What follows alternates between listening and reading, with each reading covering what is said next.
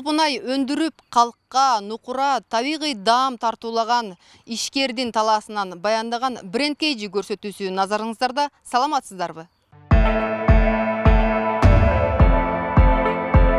Биздин максат өз күчү менен жумуш баштап, күндөн күнгө алга кадам таштап, калкка арзан жана сапаттуу азыктарды тартуулап, Кыргызстандын брендин чет өлкөлөргө экспорттоого бел байлаган ата мекендик өндүрүштү колдоо. Ар бир көрсөтүү ЛТРдин эфиринен акысыз чыгарылат.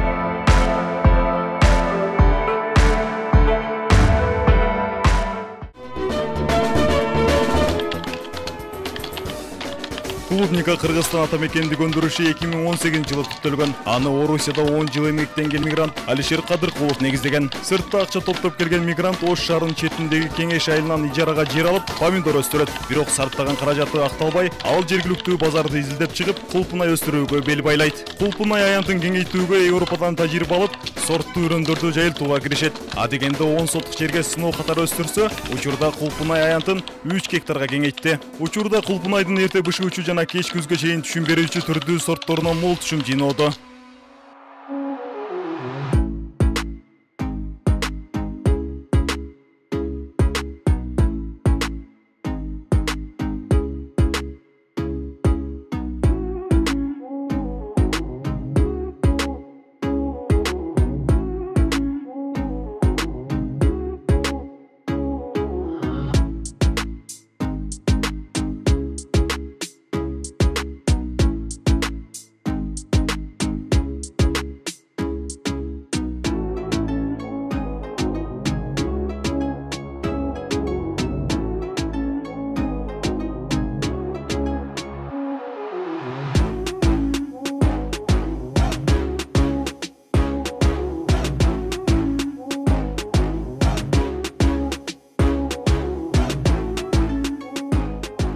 Биринчи Россиядан кайтып келгенден кийин помидор иши менен алектендик. Теплицада помидор өстүрүп, ал жакта ийгиликтүү боло албай калдык. Ийгиликсиз болуп калгандан ойлонуп отуруп, аркага кайтсам Россияга барыш керек. Алдыда балдарым бар. Негизги келиш максатыбыз балдарыбыздын бул жакка келип өзүбүздүн кыргыздын салт санаасын сиңирсин деп алып келген элек.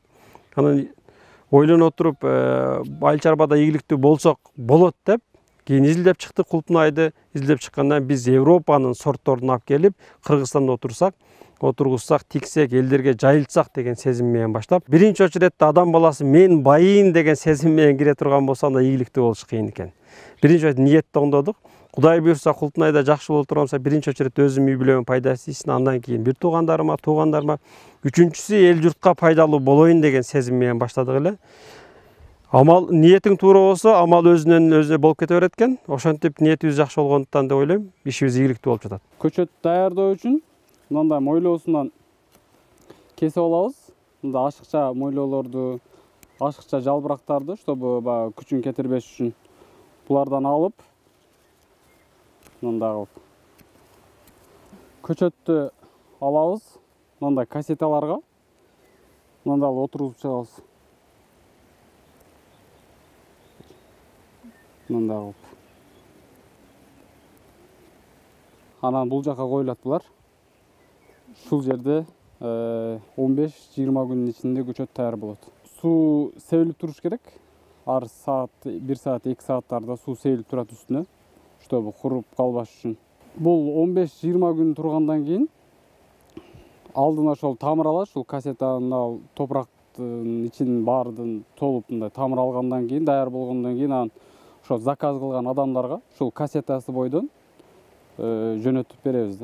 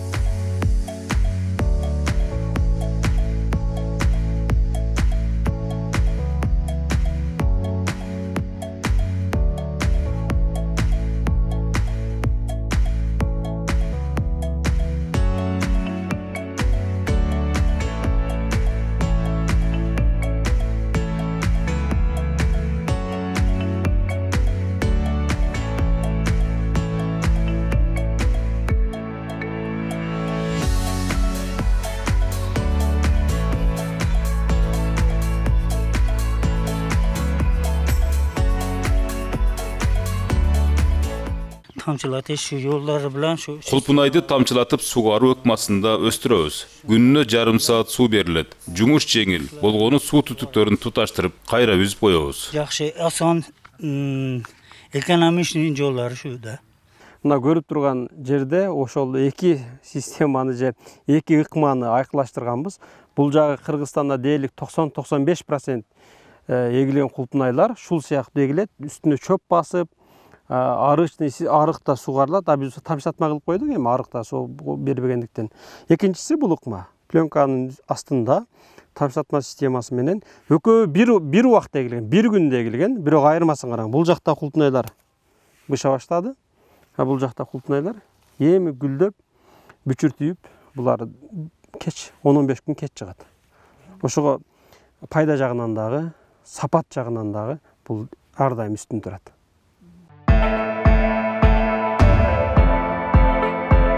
Биздин максат өз күчү менен жумуш баштап, күндөн күнгө алга кадам таштап, калкка арзан жана сапаттуу азыктарды тартуулап, Кыргызстандын брендин чет өлкөлөргө экспорттоого бел байлаган ата мекендик өндүрүштү колдоо. Ар бир көрсөтүү ЛТРдин эфиринен акысыз чыгарылдырылат.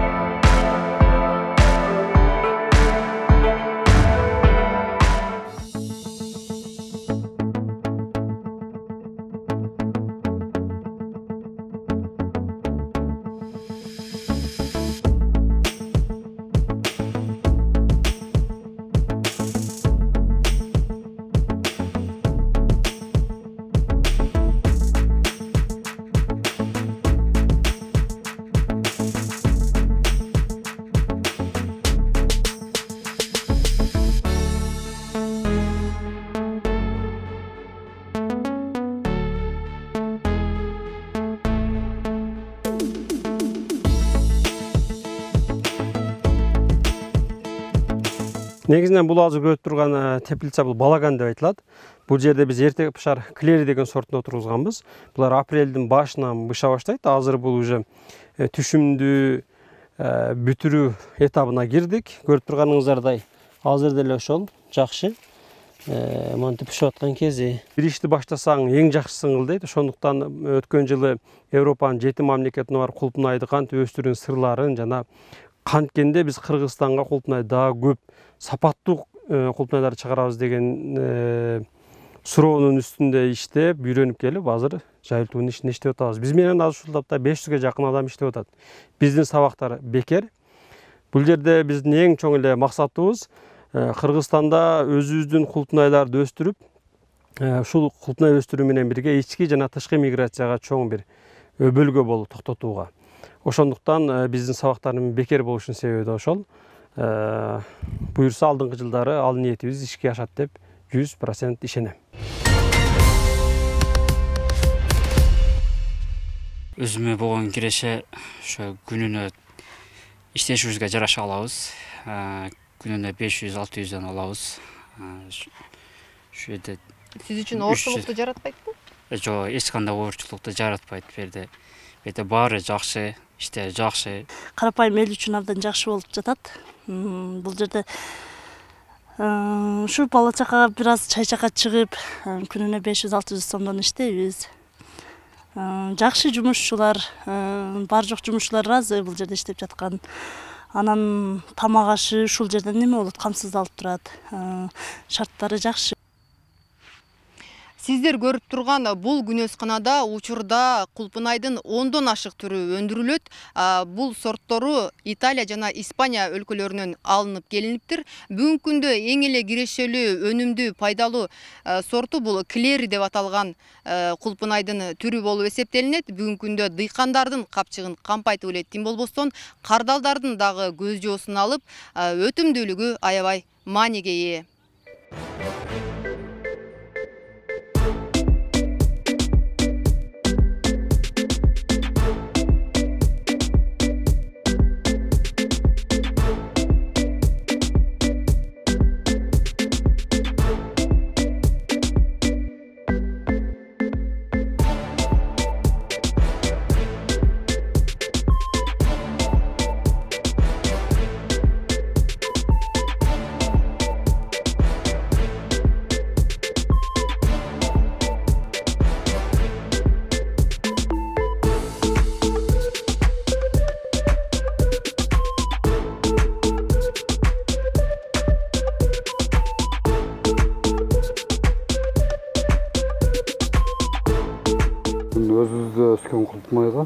чем Тажикстан, Өзбекстанга караганда булар таза болот, экологически чиста болот. Буга талап күчтүү. Бу жерден Оштон Жалал Абадка чейин, Өзгөнгө чейин, Ноокат, Кызылкаяга чейин алып барабыз. Чем таможнядан кыйналуу болуп өткөндөн караганда биз өзүбүздөн өндүрүлгөн нерсени өзүбүздүн ички базарларга, ички дүң содаларга кеңири ташыйбыз да. Кыйналып, таможнядан өтүп, бу жерден контрабанда алып кереги жок да. Керек болсо, канча керек болсо биз өзүбүздүн күнөөс кылымдарды көбөйтүшүбүз керек да. Биздин максат өз күчү менен жумуш баштап, күндөн күнгө алга кадам таштап, калкка арзан жана сапаттуу азыктарды тартуулап, Кыргызстандын брендин чет өлкөлөргө экспорттоого бел байлаган ата мекендик өндүрүштү колдоо. Ар бир көрсөтүү ЛТРдин эфиринен акысыз чыгарылдырылат.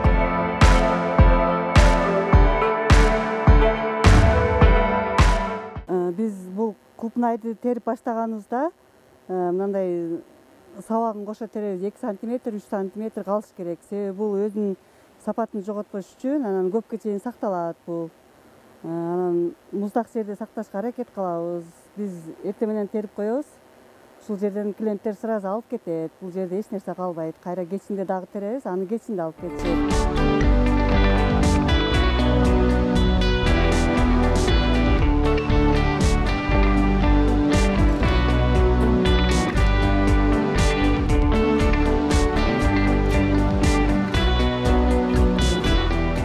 Деле убагында Россияга барып жүрдүк, мигрант болуп жүрдүк, анан балдарыбыз бул жакта калып, өзүбүз ал жакта аябай кыйынчылык болот экен, балдарды сагынат экенсиң, балдар бизди сагынат экен, анан ушул жерде жумуш болуп калып, иштейсиңерби деп чакырды бизди, ооба иштейбиз деп 2-3 жылдан бери ушул жердебиз, балдарыбыз жаныбызда, семьябыз толук кандуу, баарыбыз өзүбүз бири-бирибиз менен ушул жердебиз. Кыздарыбызды окутуп атабыз ушул жерден. Кудайга шүгүр. Мен айтайын дегеним ушул ушундай жеке ишкерлер көбөйүп, өзүбүздүн Кыргызстанда ушундай продукцияларды чыгарсак.